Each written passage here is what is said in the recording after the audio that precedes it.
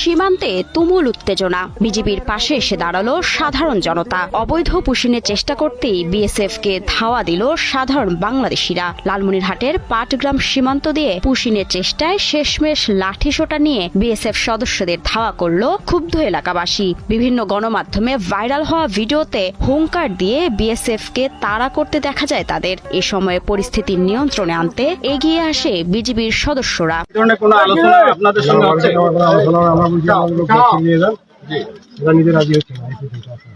এই লোকগুলো কি বাংলাদেশি না ইন্ডিয়ান?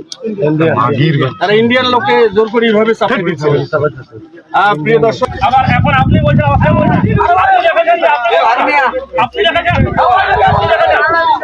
বাংলাদেশে পুশিনের চেষ্টা করে ভারতীয় সীমান্তরক্ষী বাহিনী, তবে বর্ডার গার্ড বাংলাদেশের তাৎক্ষণিক তৎপরতায় তা ব্যর্থ হয়। এরপর সেখানে বাড়ে নজরদারি। বিজিবি সদস্যদের পাশাপাশি সীমান্তবর্তী এলাকার বাসিন্দারাও সতর্ক রয়েছেন এবং বিজিবির পাশে এসে দাঁড়িয়েছেন স্থানীয়রা।